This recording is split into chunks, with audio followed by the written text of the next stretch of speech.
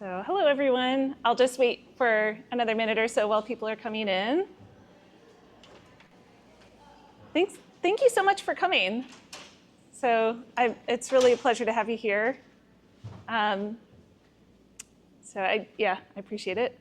I'm used to giving talks a lot of times before academic audiences, so like other scholars in my field. So this is like challenging in a new sort of way for me of making sure that I'm making it interesting for you.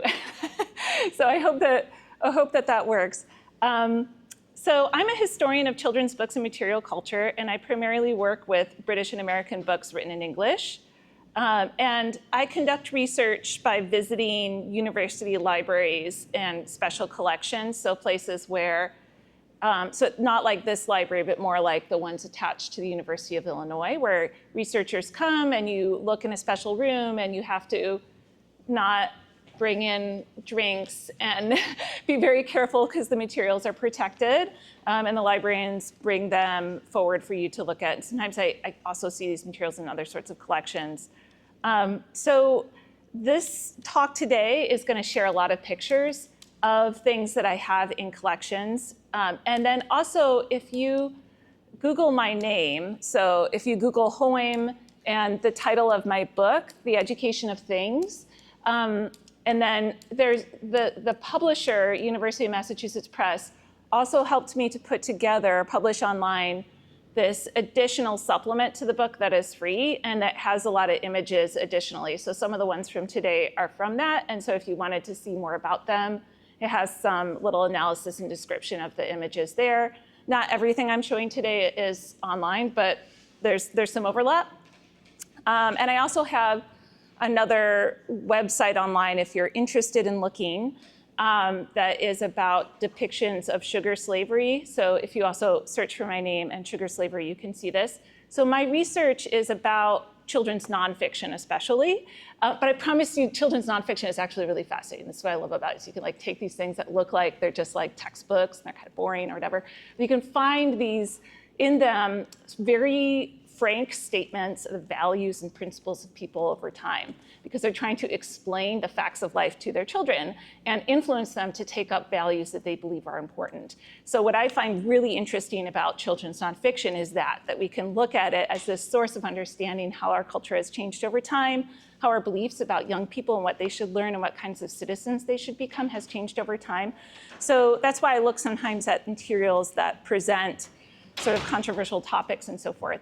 So I've kind of like toned a little bit of that back today because it's a public audience. I don't want people to wander in and feel like, what is going on? But there are a few images in here because they're older books from the past 200 years that have outdated and images of people from around the world that some people might find offensive because they're not how we would do that today, and contain stereotypes. And there's also some materials that touch upon slavery because of my material is invested in that. So there's a few images on that as well. So I just wanted to mention that going in. So I'm going to begin my talk today with one of my favorite 19th century books that I found at a library at Princeton University called the Coateson Library or Coateson Collection. Whoops, this is may or may not switch. If it does not, I will just use the old-fashioned. Yeah, okay. Hold on, try this one last. Oh, okay, yeah, I just didn't have it turned on. Okay, good. There we go. So this is one of my favorite books. It's from the 19th century. We don't quite know where it came from. It was purchased by a collector and ended up in this library collection. But it's a handmade book, probably made by an adult for a child. It's called Little Miss Kitten, Come and Read. And it's probably from about 1850 or so, going by the style on it.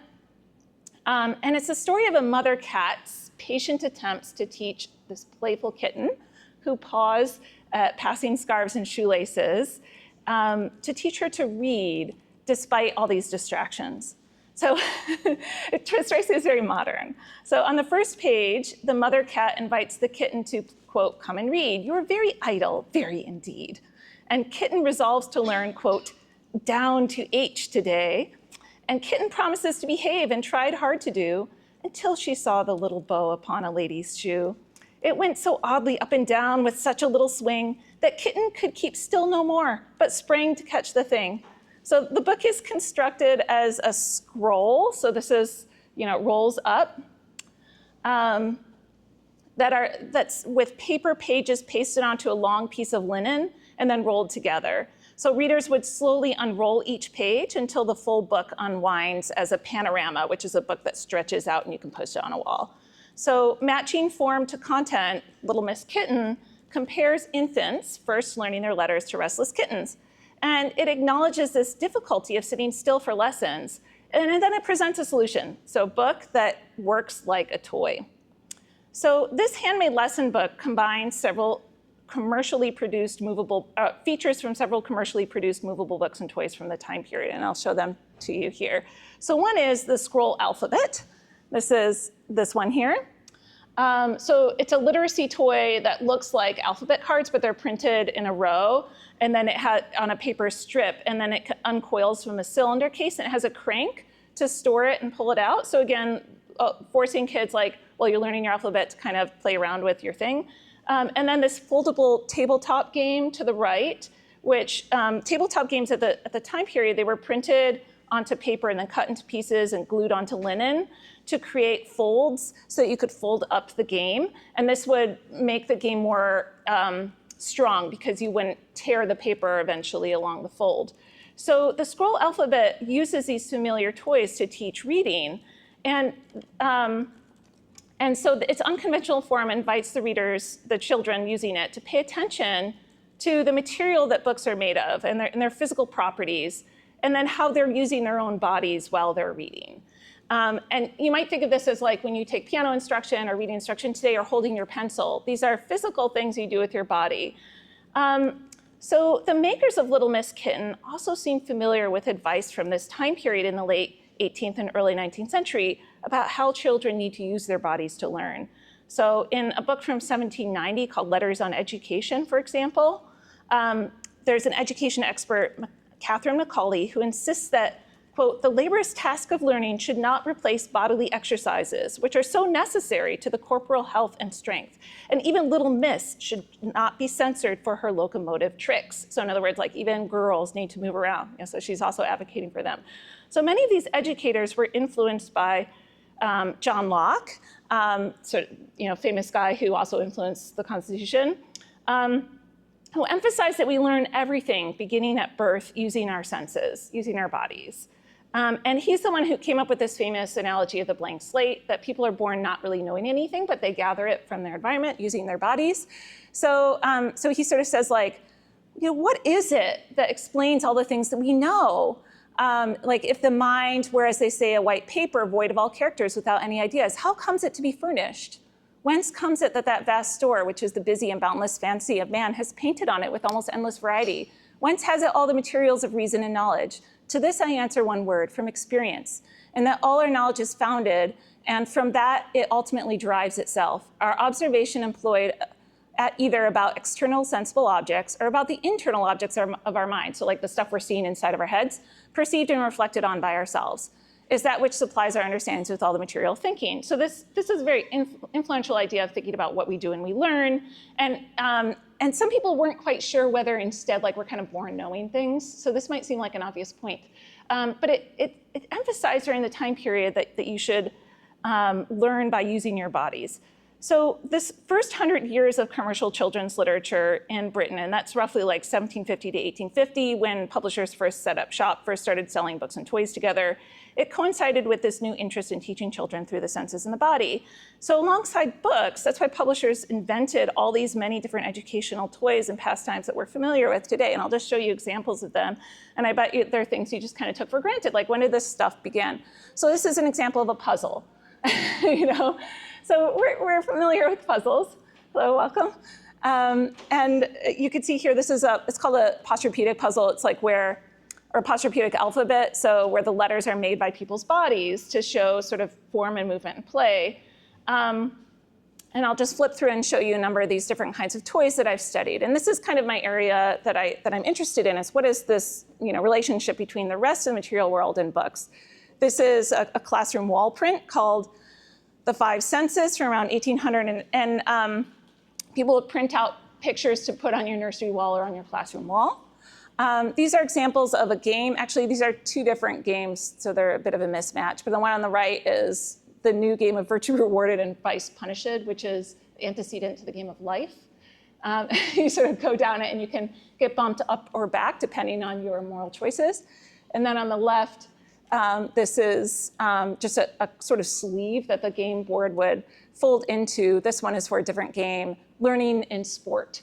So in sport means by moving around and by games. So you could see that this was emphasized in a variety of different ways. There's also a sort of commercial aspect of this. This is a new consumer society with a lot of products for people to purchase, made through industrial processes and sort of made newly cheap through the division of labor. So you can get toys sort of affordably for the first time in very large quantities. You know, like your house can be cluttered for the first time, let's say that. So this is the laughable game of what do you buy, where you sort of match these like sellers of various items with what they're selling. This is the English Picturesque Grammar of the English Language by Dr. Syntax, which is like a grammar puzzle. It has rules of grammar that are illustrated by these children.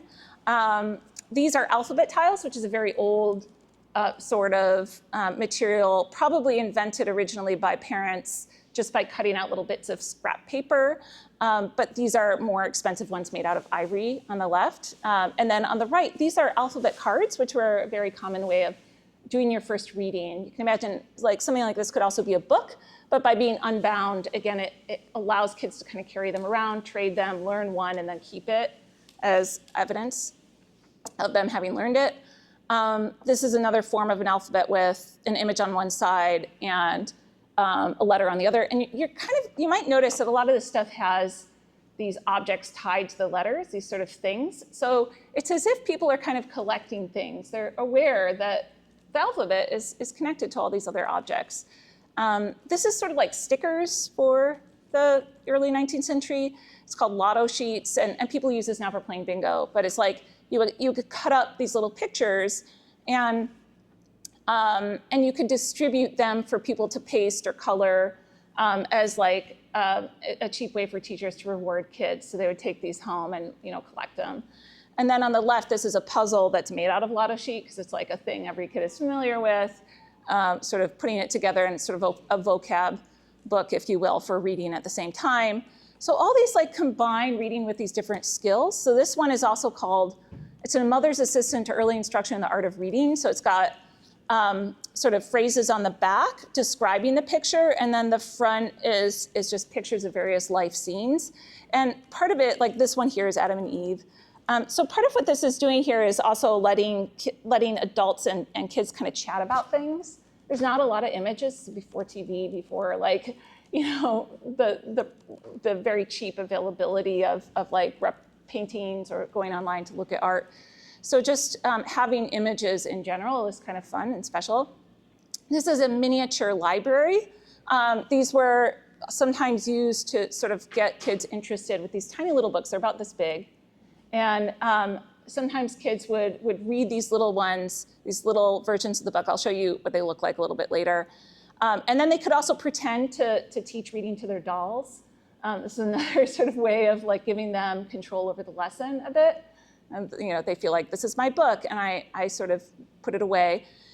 This is another homemade literacy, or like something that somebody made at their house. So they cut apart books, old books and prints, and then they tied ribbons to them, and it's essentially like a pull.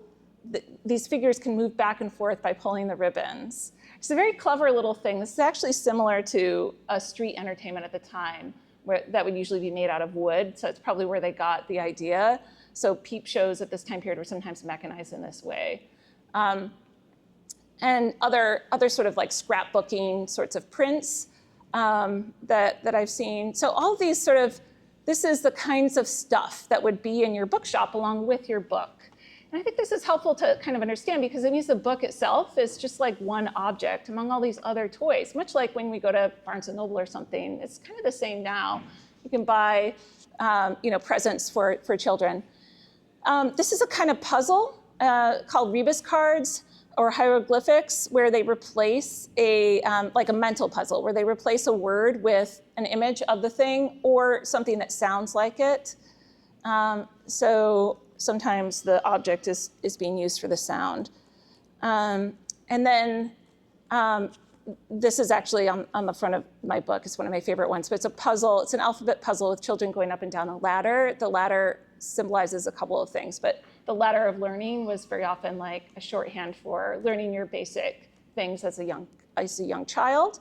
But they're also kind of surrounded by the basic stuff that would be in your house, and then Queen Victoria's in the middle there. So it's like a puzzle moving around while you're learning your alphabet. Alphabet blocks, also mid-19th century invention. We kind of take all this for granted that these things are obvious.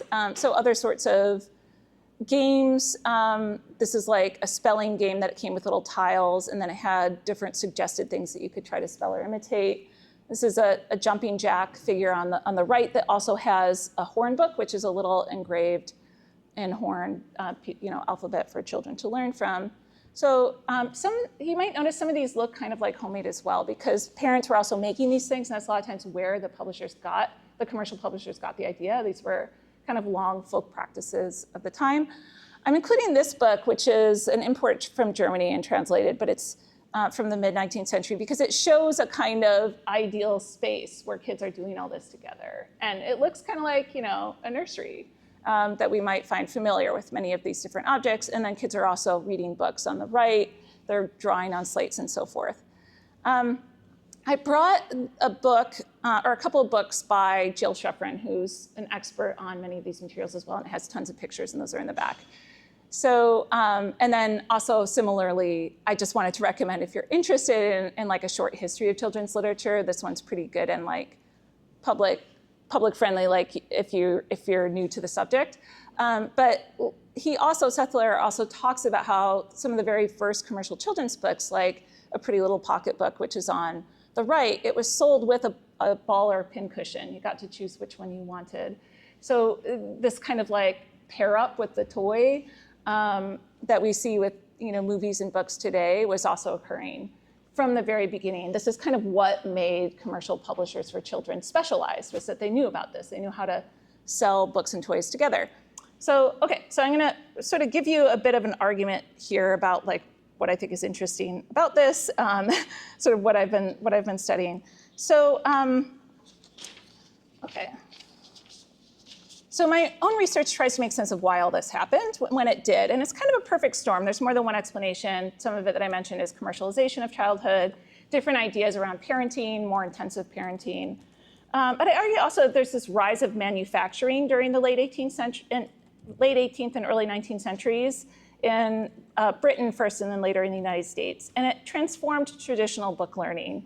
So skills like tinkering, observation, experimentation became essential new literacies, like new skills you had to learn to get a job in an industrial economy.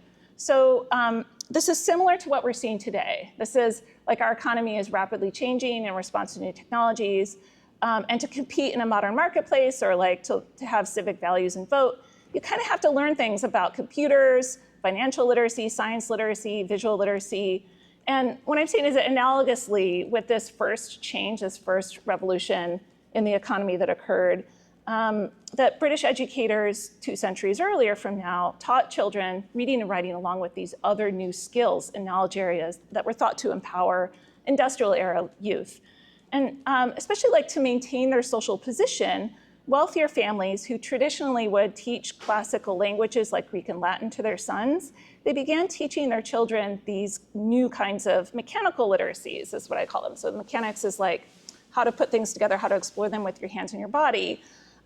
It's an understanding of sort of the principles of the physical world, or the laws governing the physical world, that explain how objects are sensed, manipulated, created, manufactured, distributed, and exchanged. So they're learning about economics, manufacturing, these kinds of things. And so what you're seeing here is the equivalent of like the alphabet, If you move around stuff in your nursery, you're kind of learning how to manipulate things for the first time. So these new mechanical literacies became tied to reading and writing through these books. And many children's books explicitly emphasize that children need training in how to read the world, or what they call God's book of nature. I'll sort of skip through this. Oh, actually I forgot. So I put a bunch of science examples here just to show you. So before I get to that next part. So this is a science book, or like a book about sort of everyday knowledge that you should know. And the very first conversation is kind of hilarious. It's a early 19th century American book. So it has a model conversation between a daughter and her mother. And the daughter says, "Why, mother, did you spend so much time in the factory the other day? I saw the spindles whirl till I was tired. Do tell me why you looked so long at that great pile you call machinery." And the mother says, "I will tell you, my dear. I wish to understand the principle upon which the spools and the spindles were set in motion, the action of the looms, and closely to observe every part of what you thought so uninteresting." So the mother's sort of reproving her and saying, "Look, you need to know this stuff." And she goes on to say, what if you were at a party and people started talking about manufacturing and then you were like, didn't know anything?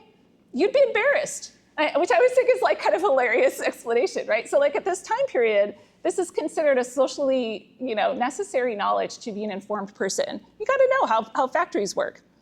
And then similarly, this is another little conversation between a little boy and his mother. They go to see glass blowers. And she tells him, look, you always play with your toys and you don't really understand why they work the way they do. So you trundle your hoop and play cricket by the skill of habit without calculating forces and distances. Like, you don't know calculus, you don't know physics. Though you obey both the unerring laws of nature and such matters. But I shall think a little more now, Mama, and try to find out the reasons of things. And she says, then you will discover that in most of your active boyish sports, you unconsciously avail yourself of natural laws regulating motion. So she's trying to teach him physics and Newtonian physics, sort of the laws of motion, by calling attention to how his playthings work, but also calling attention to the workers. So they're watching, and he's also sort of playing. So this is a game of learning natural philosophy about learning the rules of physics. Again, this was very important because Newton was kind of a symbol of science at the time, so his laws of motion are very often emphasized in young children. These are sort of biographies of inventors that were often given to children. George Stephenson invented the train, the sort of steam engine train, and James Watt, whose improvements on the steam engine allowed for steam weaving. This is sort of science books that would tell you home experiments you can do. This is like a fiction book about a young boy who decides he wants to become an engineer. It's from the 1830s.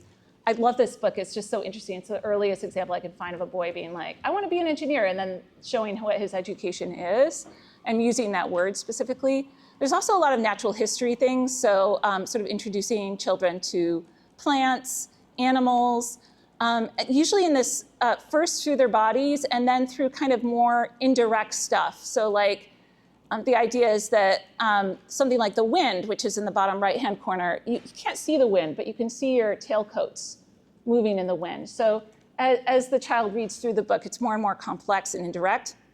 This is an American early 19th century physics book. So again, learning physics through things like sledding or chopping wood, sort of everyday stuff, using a seesaw. And then this is my example here of what I'm saying about how this was a kind of reading as far as they were concerned. So many children's books explicitly emphasize that children need training in how to read the world, or what they call God's book of nature. So the idea is that this is like God made this book, and you have to know how to read it. So as natural theologian Reverend J.G. Wood explains in The Common Objects of the Country from 1858, there are many who, quote, would gladly use their eyes and ears, but know not how to do so for want of proper teaching. To one who has not learned to read, the Bible itself is but a series of senseless black marks. And similarly, the unwritten word that lies around us, below and above us, is unmeaning to those who cannot read it. Many would like to read, but cannot do so. And it is in order to help such to bring before them the first alphabetical teaching that the following pages are written. So this illiteracy that Wood's talking about here is the inability to read nature. And the alphabetical teaching he's offering is like, this is the basics about reading the world, you know? So we see that many of these books kind of lump in reading with these other sorts of ways of learning. So I'll give you a few examples of this. This is a tiny little book from around 1800 called Mama's Present.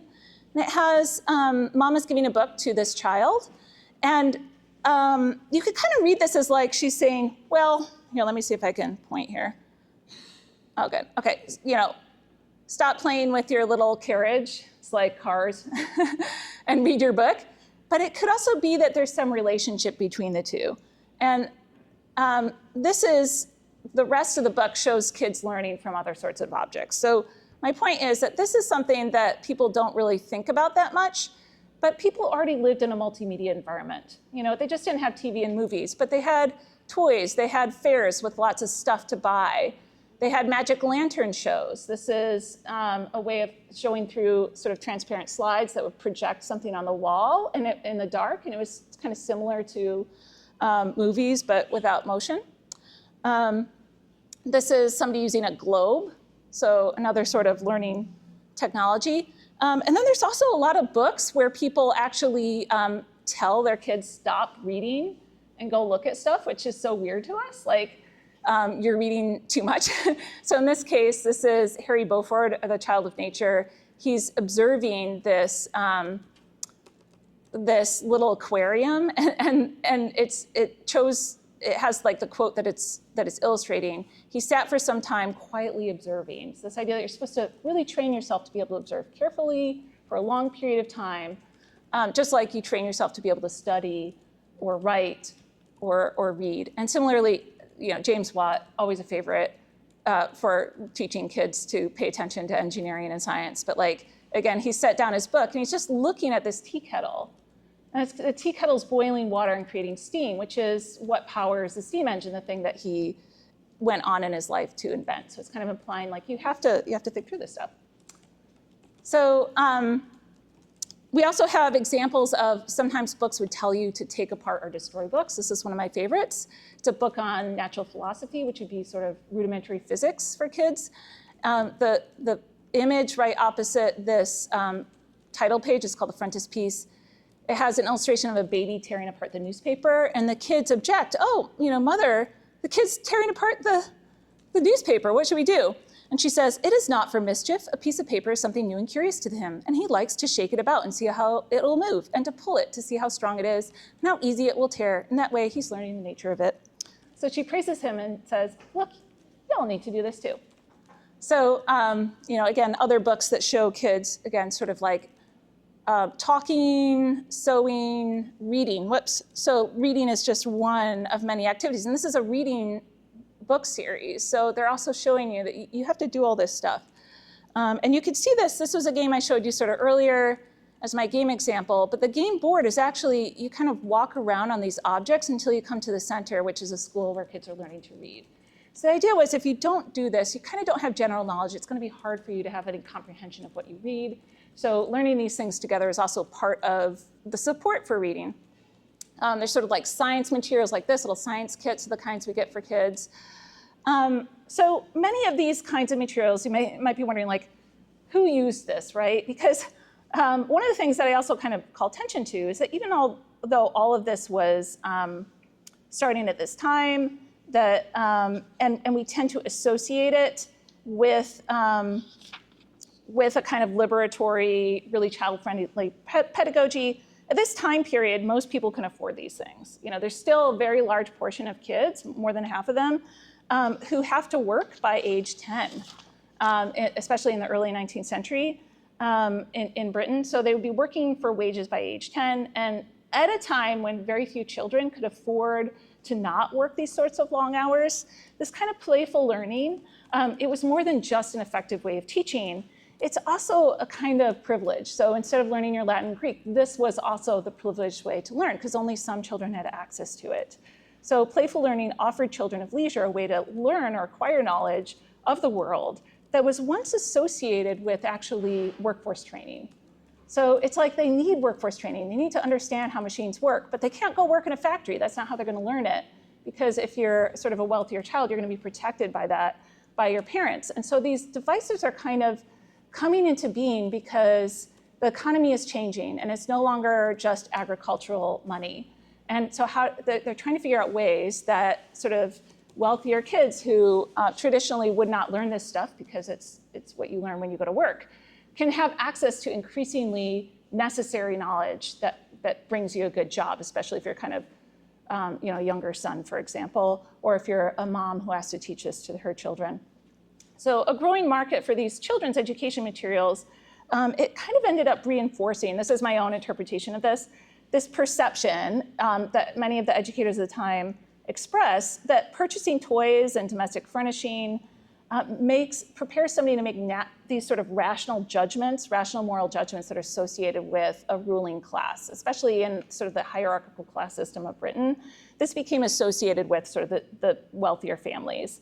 And this idea that you could sort of like own, control, organize the material world as evidence that you are sort of well-trained was evidence that you will one day be a leader. You'll command others, you'll sort of govern over a complicated estate, these kinds of things.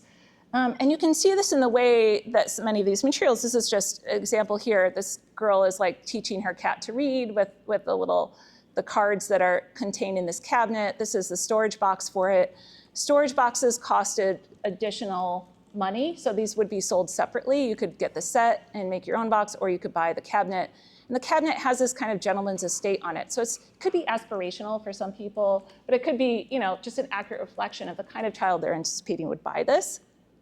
And a lot of these have to do with collecting. So collection practices are something anybody could do, and there are working class families who collected things. But the kinds of scenarios that they're showing are a kind of, specimen collecting that was associated with the gentry, sort of collecting the world and storing it, categorizing it.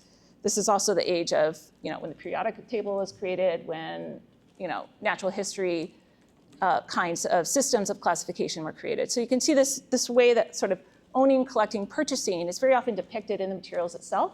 And then they're giving you this training in how to do this. So how to use little tiny books. I kind of love these little cabinets. They're very commonly preserved. And they have cards that then have, you can see here, these little like references to volume 2 or volume 1, where they're going to tell you a little bit of something in it. So what I think it's imitating here and teaching kids to do is to look stuff up, right? Like if you're around your house and you find something, a fountain, maybe you can go to an encyclopedia, which is a new, also 18th century invention, and like look up what that is and who made it. So the idea is like, observe, but also look stuff up in books. And it's teaching you through a little like book collection kind of kit here how to do that. This one has flowers, beasts, fishes, birds. So again, you can collect them, then you can look them up in the books. These are the infant libraries that I showed you one of before. So again, they always feature these kinds of kids on them. And this is one of my favorites. I'm just going to read a little bit from this particular book because it's kind of a fun example of this, of how a child is supposed to learn this. So there's very often these books that imitate or like have a story about kids doing these kinds of things. So this one is called The India Cabinet Opened from 1823. And the India Cabinet is this thing here. It's like got a lot of little fun drawers to store stuff in and store collections. So it's by a travel writer and naturalist, Lucy Sarah Atkins Wilkin. So it features this little girl, Ellen, and her family who go and gather natural history specimens during a country walk while vacationing in Cumberland, which is like northern England. And then back home in Devonshire, her mother unlocks this curiosity cabinet, this little storage thing, that reveals 3 shelves containing a choice collection of nature's ever-varying productions nicely arranged. That's how she explains it. And then they unwrap all the contents over several weeks, and the mother tells stories about each of the items. And then Ellen's mother also gives her a numbered book that has her record her own specimens and where it was gathered, allowing Ellen to then find the locations of where all those things are gathering out on a wall map. So you can see how like her nursery is like equipped with all this stuff. And then Ellen's cabinet refers to her own experiences of collecting specimens, as well as other sort of print media in her home. And she has to search around in books to find information about what she's found in Cumberland. And at the end, her father says, "Nature is the first and best volume of instruction. It is always open to you and will undoubtedly repay your attention by inspiring an early spirit of devotion and piety." So he's telling her, like, order the world and it will make you a moral person. You'll be also ordered, well controlled. And then after they finish this, the mother tells Ellen that she'll always carry this cabinet with her inside of her mind through the knowledge that she has acquired. So Ellen's mind arranges itself as neatly as this cabinet that she has arranged. And one day, Ellen has as her reward to make additions to it when they visit the seashore. So in the future, she will continue to add specimens. And the idea is that kids are supposed to do these sorts of activities. That's what the book is for. So like tell you this nice story with these characters, but also like teach moms and dads and kids how to learn this new kind of thing. So I'll show you a couple of others. So books might contain also like activities and be called cabinets. Sometimes books are actually called cabinets. So this is an example of a book that is called a cabinet treasury. So there's this kind of way that books and activities are always like analogous to the world and vice versa. This is another thing that's very popular among boys and girls. This one is for boys. It's called The Boy Engineers, what they did and how they did it. And it's got like projects for you to do that are based on what boys were doing. This was very popular in the 1860s and 70s. It's sort of like a homemaking kind of movement that actually, by the way, is still alive. If you go downstairs in the library, we have a makerspace there. And this is like a direct descendant of that, of like the idea that if you are not yourself like working in a factory, or maybe not a professional carpenter, but maybe you just like making stuff. And you can do that for fun around your house, and it'll give you a good education in how to be an inventor. So this is one of my favorite books that I found as well, which is, it's just a regular story. At the end, it has a glossary for children, but very often instead of defining words, I don't know if you can see this here, it just tells you to go find stuff. So like hammer, ask to see hammers of different sorts, and you be told their uses. I mean, it's just sort of an extraordinarily weird way of defining things. Hartshorn, ask to see and smell some hartshorn. Digging, ask to see when we, oh, sorry, that's not into the next page, but yeah, so you ask to see some holes, I think it is. So there's just these ways that books very often tell you to kind of stop reading, go see stuff, go live your life, and learn from experience in this sort of direct way. The idea being, too, that like it's more correct, it's less error prone, and going to be more effective if you learn this way. And then the story here is about Harry and Lucy going out and visiting the dairy, visiting the blacksmith's shop, where they watch people there work. So again, it's because children who are going to buy these books can't work. They're not working in those places. They're not working in a kitchen. So they do this stuff for fun, right? So for them, play is watching other people work. And this is very, very common in these nonfiction books at the time. Watching people work was like a whole genre. And so for the sort of remainder, what I'll show you is a few examples of this, and then I'll just sort of pause for stories, because I can see I'm like way over time.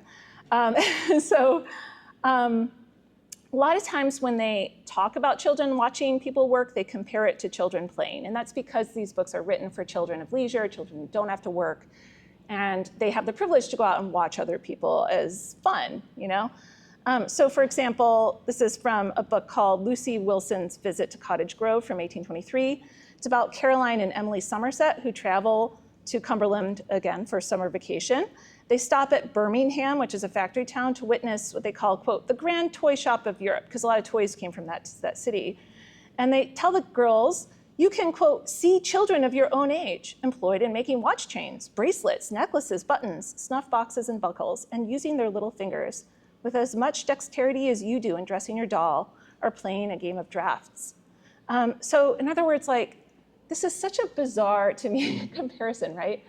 And you can see how it's making a comparison for the sake of making a difference. Like, you don't have to work in those things, but you can learn them. And one day, you'll be able to command those people. You'll be in charge of them. So another reason why people learned this kind of work, sort of observed work, was also because of the rise of what we call conscious consumerism. So this is the idea that you should be aware of where your goods are coming from, because sometimes you might object to it.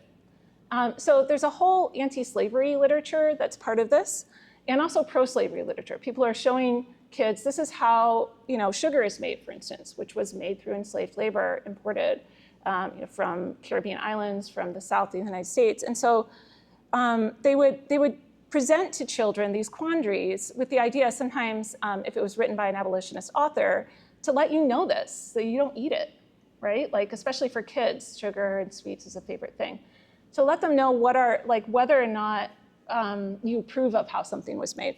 So I'm just going to show you, these are sort of books, Scenes of British Wealth in Produce Manufacturing and Commerce. So some of them are just sort of factual and kind of hide these ethical questions, or even praise them and say, isn't this great? All the little children are working. Isn't this great? These enslaved people have work to do. Like, they'll sort of praise kind of ridiculous things by our modern standards. But they're also introducing you to sort of village, things that are made, like making butter, felling timber. These are sort of examples of teaching children about spinning and cotton. The progress of wool is on top, and then the cotton fields and the cotton factories. And then along the way, sometimes they do, in addition to giving you a lot of technical processes, some of them are more detailed because they're for boys who would actually be working in these industries. So this is Days at the Factory, or the Manufacturing Industry of Great Britain Described. This is Elisha Noyce's Boys' Book of Industrial Information. So sometimes they're trying to make a social message. And you can see this a little bit in this frontispiece here. So it's got like a sort of more wealthier child here reading a book. This is somebody who might go on to college, right? And then over here, this is somebody who's going to be like digging and doing sort of more physical labor. They're on either side of this blacksmith's forge, showing that like both of these kinds of labor are necessary for the rise of industry. This is the printing press, showing you how it works, sort of, and then an industrial landscape on the top. And the idea is that progress, the invention of steamships and so forth, requires this collaboration between all classes of people. So a lot of them have a message, a very subtle ideological message about whether these things are okay. This is sort of this really interesting, again, comparison of work and play that occurs in these kinds of books.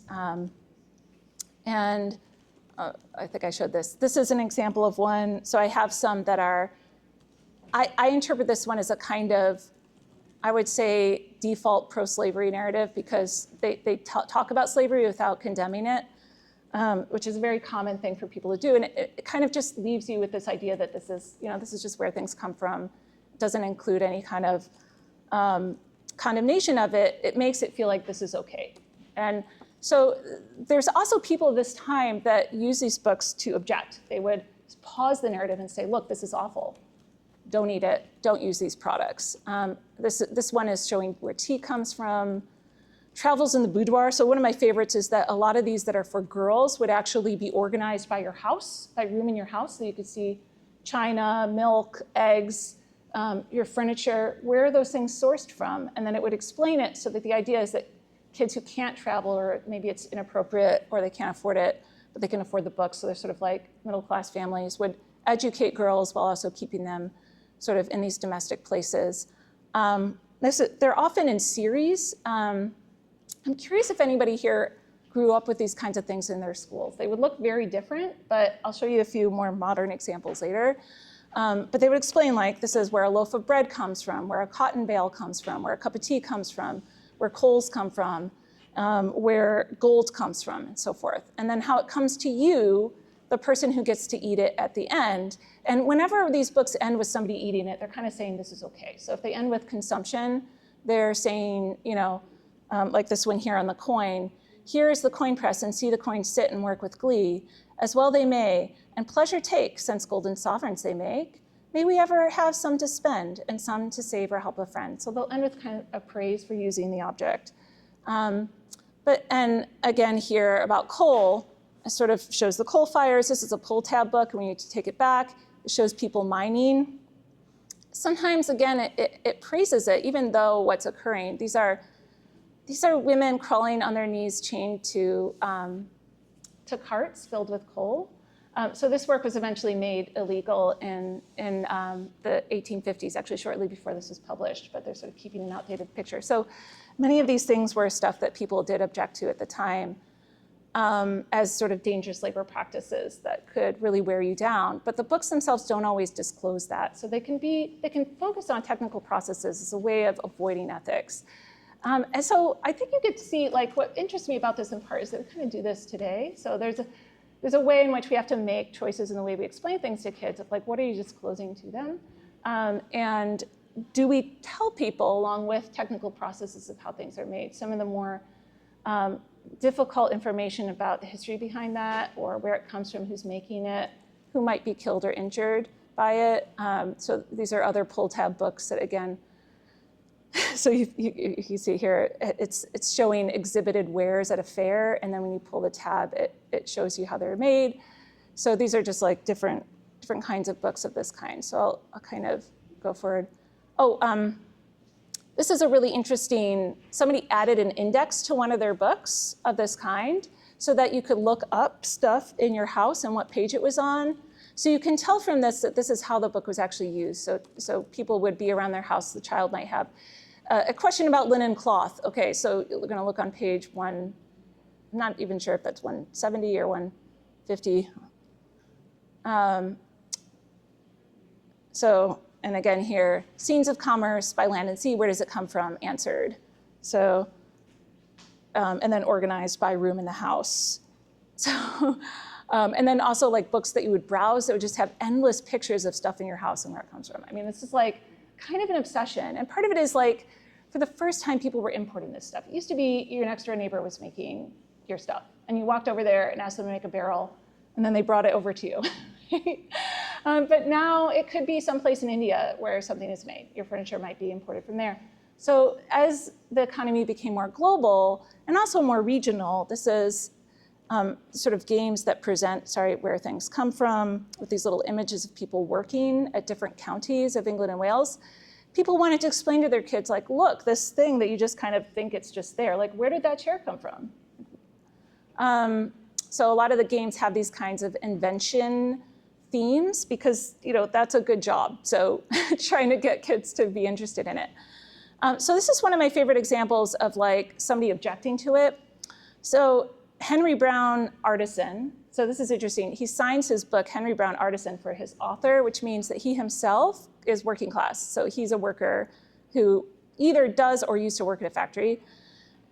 This history, the cotton fields and cotton factories being a familiar view of the rise and progress of that wonderful branch of trade, the cotton manufacturer adapted for youth from 1840. He gives this whole technical process, many chapters on this. Then he pauses it and he says, is this really good?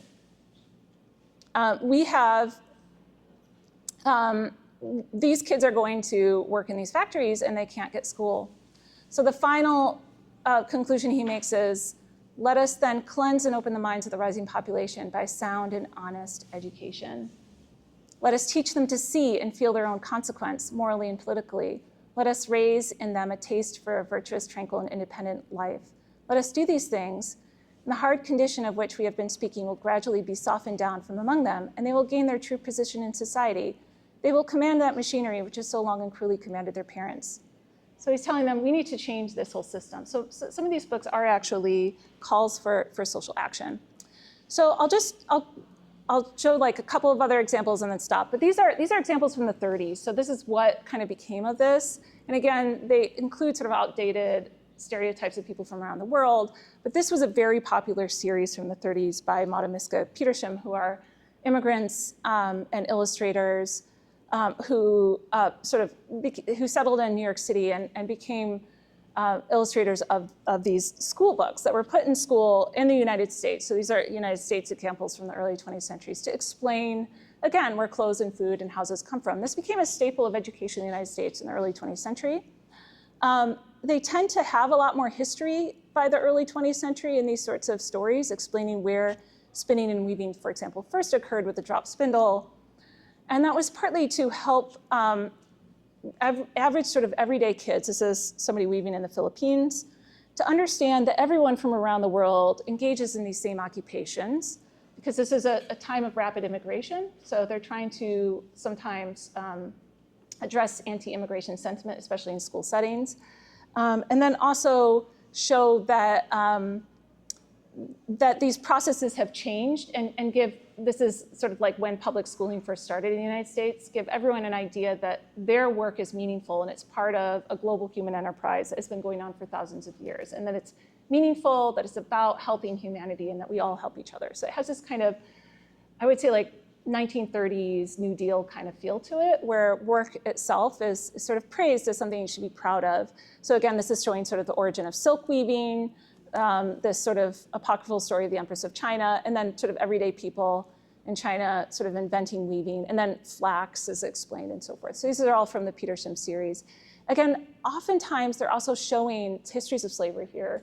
So explaining to children that these are systems that have gone away. They're also using, again, stereotypes that we no longer use, such as like the appearance of the child here as a stereotype. So these are, over time, this genre has stayed with us, but we've also changed how we represent these people. This is a school where people are actually doing work in the classroom. So when they read these books, they would also be sort of in the 20s, 30s, and 40s, weaving in their classrooms, building things, learning how to use machinery, but also learning its history. So they're not just workers, they're also sort of intelligent users and inventors. They're getting all of it together.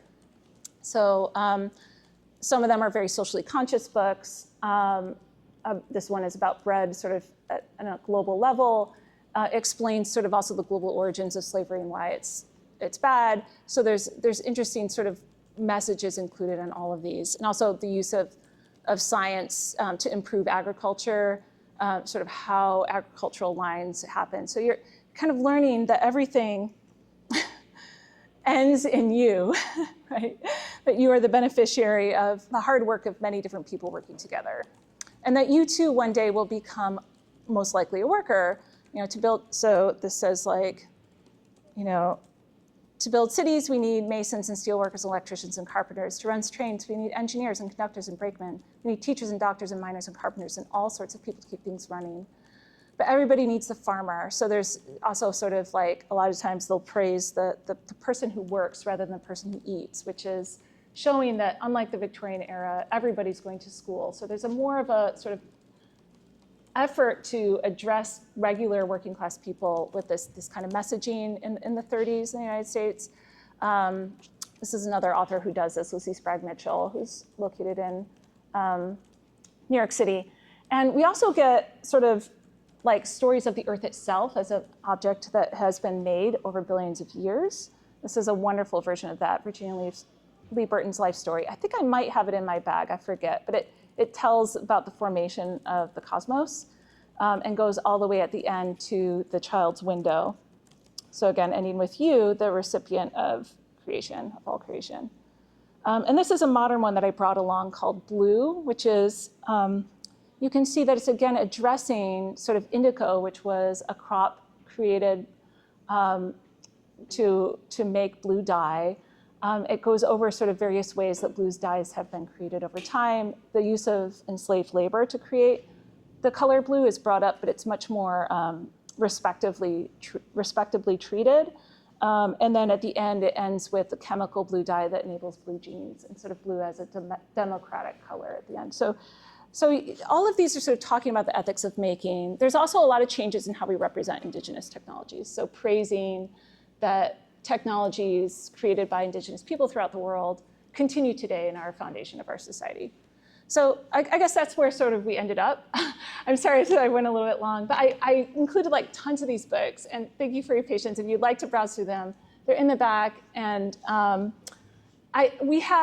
just say too, we have lots of these in our nonfiction section. I mean, if you're walking through the children's nonfiction section, you will see how it's made. You'll see books about making of cathedrals, pirate ships, everything. I mean, like Alexis is saying yes in the back. And this is the origins of this. And it comes out of this idea that people need to know technical processes, but then also sometimes we need to know the history, and we need to know the ethics, so you can make informed decisions about what you think is right to actually use or wear on your body.